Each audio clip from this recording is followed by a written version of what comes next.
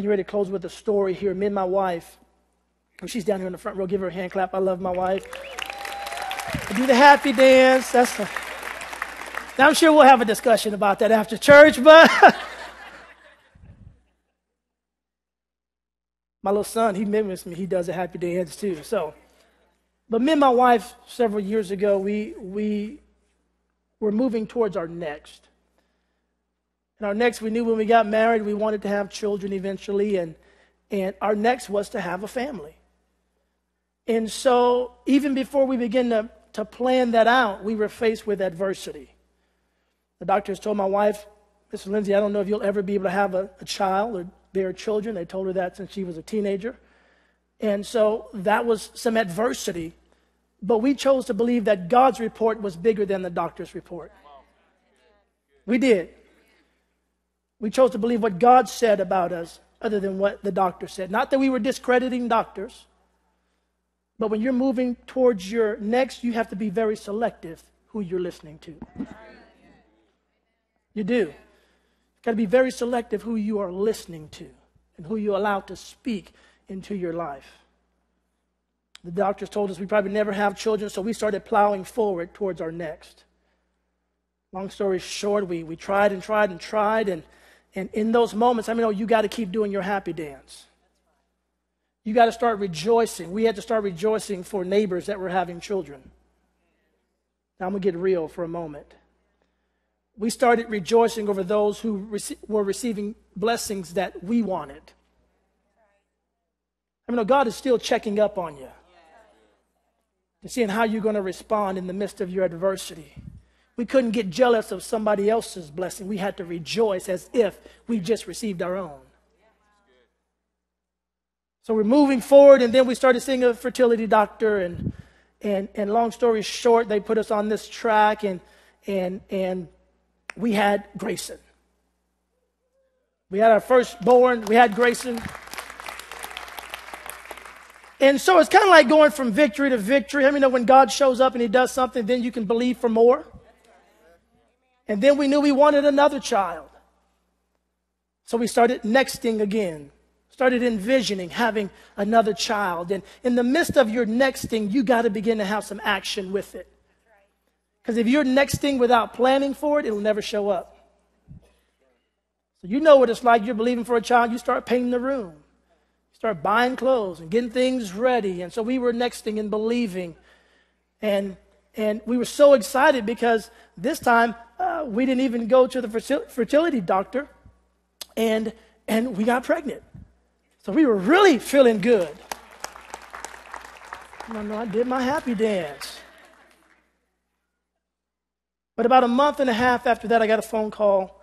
I was at work here, and I got a phone call from my wife, and she said, I'm feeling something, and it's just something's not feeling right. And I don't know if we've ever shared this or not, but she said, I think my wife has shared it with some people, but she said, I'm not feeling right. And long story short, I left work and met her at the doctor, and we had a miscarriage. That'll bring some adversity. We had a miscarriage. And even in the midst of that, in the midst of tears, and we never questioned God. But it was so important for us to stay into agreement. Listen, adversity cannot take you out unless you allow it. It can't stop you from getting to your next unless you sit there and entertain it. We chose to look at adversity and choose to believe God. And we begin to say, you know what? We're still going to stay in agreement with this. We still begin to next, and we still begin to look for our future child. Several months after that, we got back in line, got back to the doctors, and so they put us back on the track again. And shortly after that, we did what they told us to do. And I don't know if anybody's ever been through that, but it's fun and weird all at the same time. If you've been through it, you know what I'm talking about. I'm just being real. Sometimes you got to do what you got to do.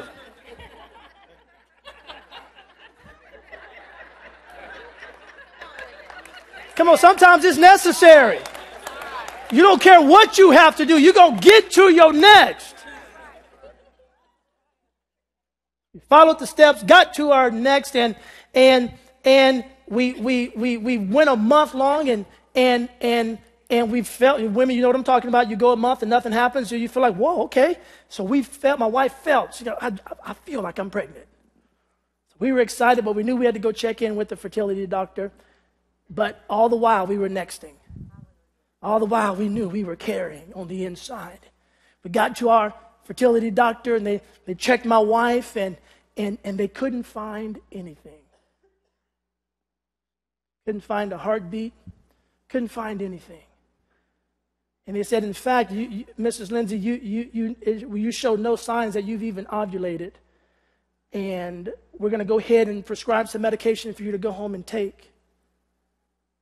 And when you take this, it'll flush out your system. And then in a couple months, you guys can start all over. Another wave of adversity. Now, this one kind of shook me a little bit. And I'm thinking, God, are you for real? You going to let this happen again? And I never will forget that day we jumped in my truck, we drove to the pharmacy, and we picked up some pills that were prescribed by the doctor for my wife to go home and take. All the while home, I'm having a conversation. God, has it come to this? We were believing you, and now I'm carrying something that's going to potentially wipe out what I thought you were doing. I know those are tough conversations. You've been there, maybe not in the same fashion, but we've all been there. We drove home, and I'm still carrying these pills. We walk into the bedroom, and my wife walks towards the bathroom, and I sat on the edge of the bed, and for just that moment, as God has shown me after this whole event, but just that moment, I stepped out of agreement for a moment with my wife. And the reason I know it's because I started thinking about plan B and plan C. Listen. Adversity doesn't dictate whether you go to plan B, plan C, plan D. Listen, you stay with plan A. Listen, adversity doesn't alter the plan. How you respond does. Sitting on the edge of my bed, and I'm thinking, well, we'll go ahead and do what the doctors have prescribed, and we'll take these pills, flush out your system, and we'll start over. But I love the faith of my wife as she came back, and she put these pills down.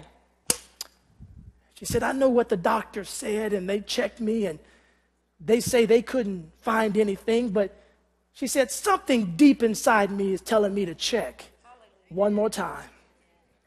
One more time.